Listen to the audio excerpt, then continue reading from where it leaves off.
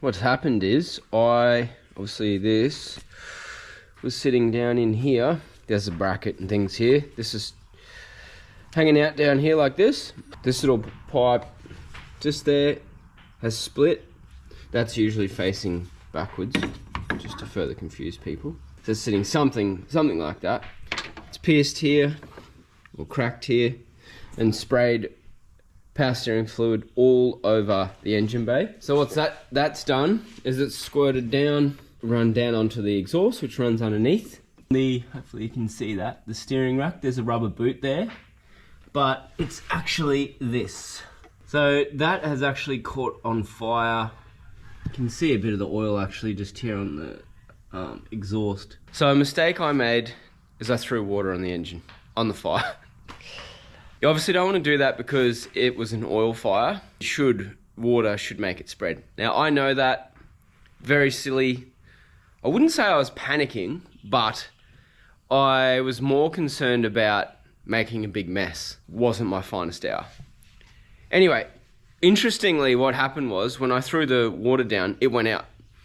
The reason why I went out is because I think, this is just what I'm guessing, but I think the rubber was on fire and it wasn't obviously a lot of oil. So it worked and it put the fire out, and I don't have dust and foam and crap all in my engine base. That's what happened. It was a good lesson. Very good lesson. I should have come in straight away as soon as I started seeing the smoke.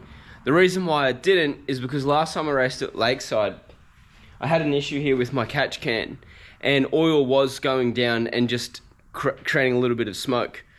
So I thought maybe it was that, because we were doing some left-handers, hard left-handers, and because of where the oil is on the oil breather hose here, that the Getzers are known to sort of breathe a bit.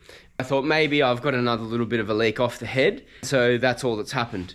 As it got worse, and then I started to feel my steering get heavy, I thought, I've done a power steering line. So I came in. Well, by the time I came in, the engine was that much hotter that I've started an engine bay fire. Luckily, it was only small. I made the mistake of throwing water on it. Lucky, you would say, that there wasn't oil there, and I think it was just on the rubber. I've started cleaning up a little bit to get all the oil off, and I've been heat cycling the header because it got a fair bit of oil in the header just to get that oil to burn off. Nice rust protection done underneath the Getz now. I've just decided I'll just pull the power steering off and leave it off. I'm just going to run without it. The other thing that I did was I have put a new air filter in it. I'm going to make a little heat shield for that. I've got my new CV boot to put on. Then we're ready to go again. I think I have 2 weeks and then we're racing. So that's what's happened. Good lesson for me. It's interesting because some people have told me to get rid of the power steering. Some people said keep it. I'm going to run without it. I've driven it around without it. It's not that heavy. Lose a bit of weight with that, as well as probably a little bit more feedback in that steering wheel. I'm not sure. Some people are for it. Some people are against it. It'll be a good experiment for myself to see what I get. I will see you guys again for the next video, which will be at the track, I believe.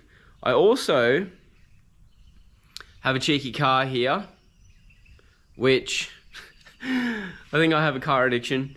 I was originally looking for that car. I'll do a whole episode on that car. I'm going to do a build series on that car. And I'm going to go a bit slower now because I can film it all as I go along. And so there's a lot of aftermarket bits and pieces for that car. as I said before, that's the car that I wanted to build originally. No offense to the Getz, but that's the car that I liked. I wanted a Japanese car.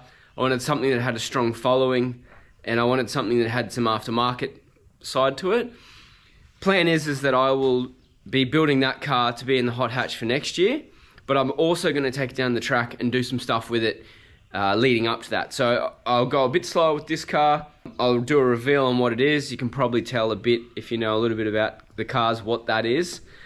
The Getz, I've got some plans. I'm a part of a YouTube channel called Real Steel Rescue, which is a non-for-profit. We got a couple of other Getzes over outside the shed here, and we're going to be getting some people into motor racing, which will be really cool. The Getz, this guy, will probably be a part of that, will very likely be a part of that. And also my wife is keen to get involved and have a go. We're going to be doing a bit of the karting, bit of the Griffin car. The other car I've named Jeff. So check that out. Thanks guys, take care.